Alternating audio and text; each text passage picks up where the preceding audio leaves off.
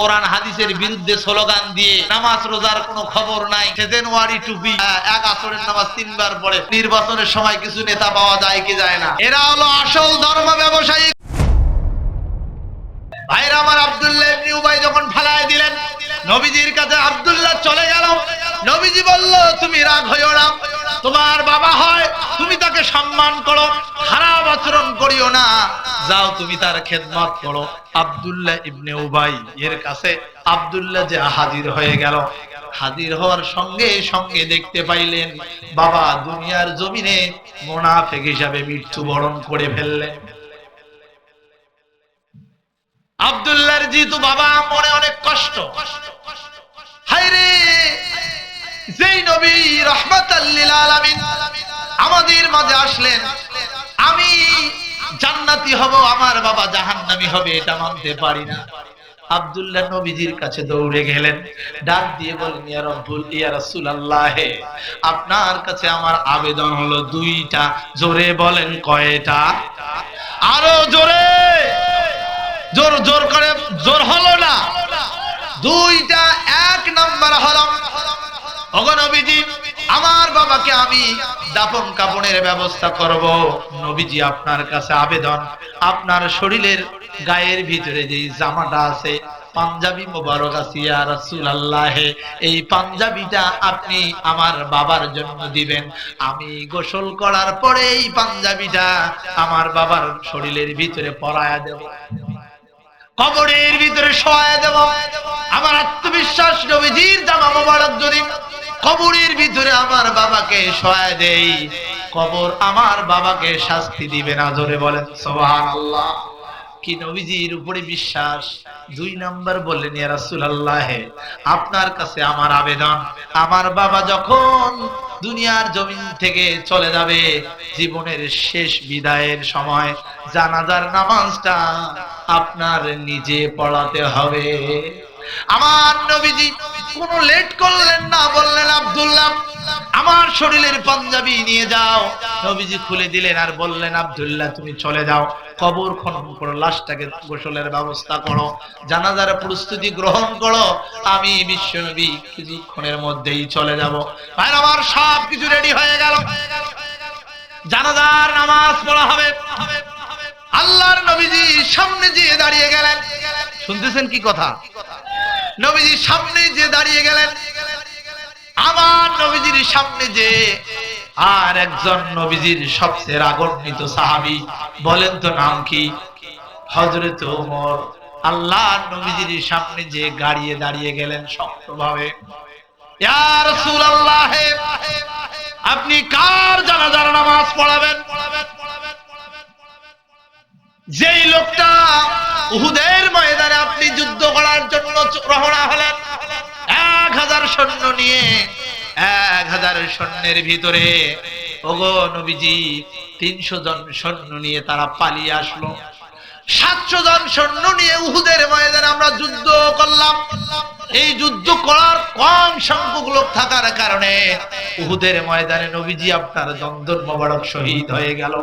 ওগো নবীজি, আপনার রক্ত জমিনে পড়লো, আমরা এক সময় হাউতাশ হয়ে গিয়েছিলাম, নবীজি দুনিয়ার জমিনে বোঝায় না।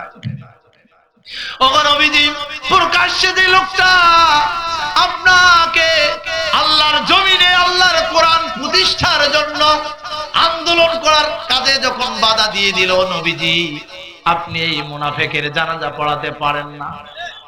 এই কথা যখন হযরত ওমর বললেন, আল্লাহর নবীজি বললেন, ওমর, তোমার আর কোনো কথা আছে নাকি? হযরত ওমর বলেন, ইয়া রাসূলুল্লাহ, অবশ্যই আছে। আপনি যুদ্ধের ময়দানে চলে গিয়েছিলেন মা আয়েশা রাদিয়াল্লাহু তাআলা আনহাকে নিয়ে। ফিরে আসার পথে মা আয়েশা প্রাকৃতিক কাজ সারার জন্য, প্রস্রাব পায়খানা করার জন্য জঙ্গলের ভিতরে গিয়েছিল। সেখান থেকে এসে দেখে কাফেলা চলে গিয়েছে। মা আয়েশা সেখানে বসেছিল, ওই জায়গার ভিতরে অন্য কোনো মানুষ ছিল না। পেছন থেকে একজন সাহাবী এসে দেখে আয়েশা শুয়ে আছে। তাকে নিয়ে নবীজি আপনার কাছে যখন চলে এসেছিল, সর্বপ্রথম জেনাকারের যে দুর্নাম এবং অপবাদ দিয়েছিলেন, সেই হলো আব্দুল্লাহ ইবনে উবাই।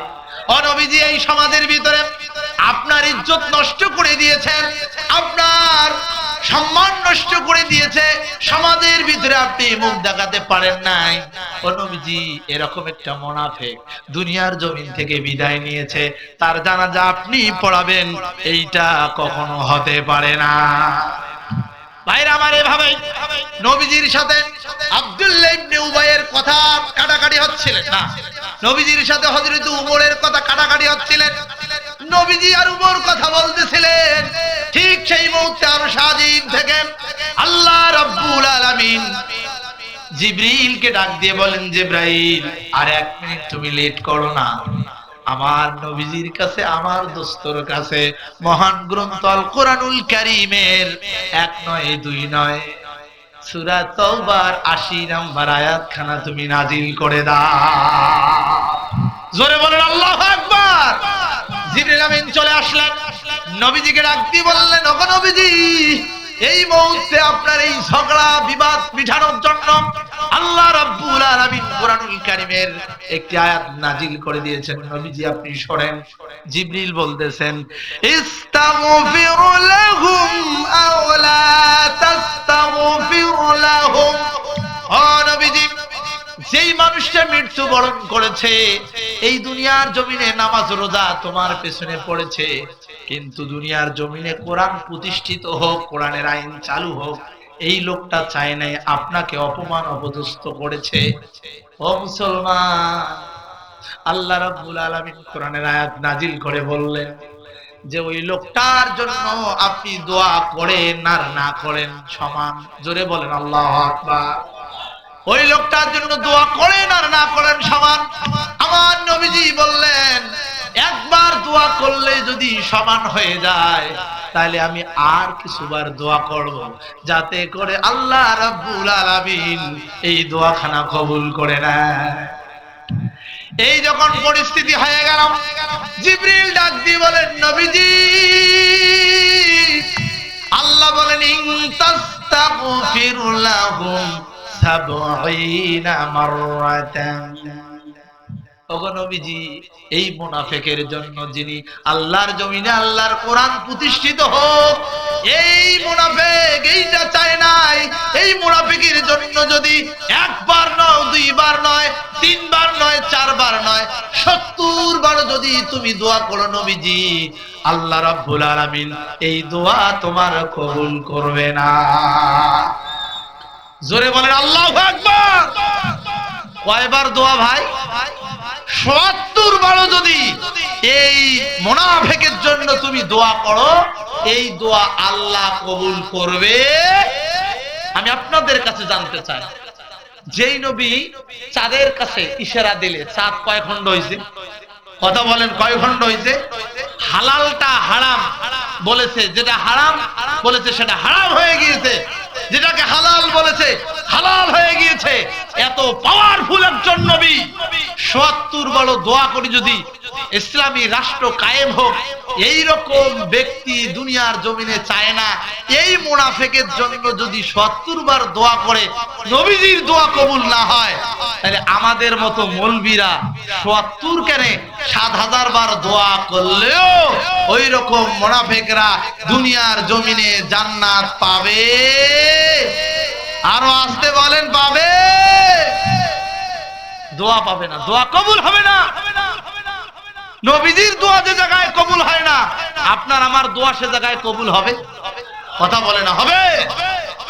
তাহলে বুঝতে হবে নবীজির পাপ নাই, নিষ্পাপ মানুষ, আল্লাহর কাছে যখন যেটা চেয়েছে সেটাই আল্লাহ দিয়েছে। সেই নবীজি দোয়া করে সেই দোয়া কবুল না হয়, আর আমাদের মতো মৌলবি দিয়া ওই আজীবন ইসলাম, ইসলামী আন্দোলন, কোরআন হাদিসের বিরুদ্ধে স্লোগান দিয়ে নামাজ রোজার কোনো খবর নাই, সেজেনওয়ারি টুপি যখন সামনে আইসে তখন মাথার টুপি দিয়ে হ্যাঁ 1 আসরের নামাজ 3 বার পড়ে। এরকম নির্বাচনের সময় কিছু নেতা পাওয়া যায় কি যায় না? কথা বলেন, যায় কি যায় না? এরা হলো আসল ধর্ম ব্যবসায়ী। কথা বলেন ঠিক কিনা? আর আমাদেরকে বলে মৌলবীরা নাকি, মোল্লারা নাকি ধর্ম ব্যবসায়ী। ধর্ম ব্যবসায়ী দল তোরা, যারা নির্বাচন আসলে মাথায় টুপি দিয়ে মসজিদে যাও। কথা বলেন ঠিক কিনা? নির্বাচন আসলো মোল্লার মাথায় টুপি, নির্বাচনের পরেও মোল্লার মাথায় টুপি, ঠিক কিনা? বুঝতে হবে আসল ধর্ম ব্যবসায়ী কারা, এটা জবাব দিতে হবে জনগণকে। এই কথা বলেন ঠিক কিনা?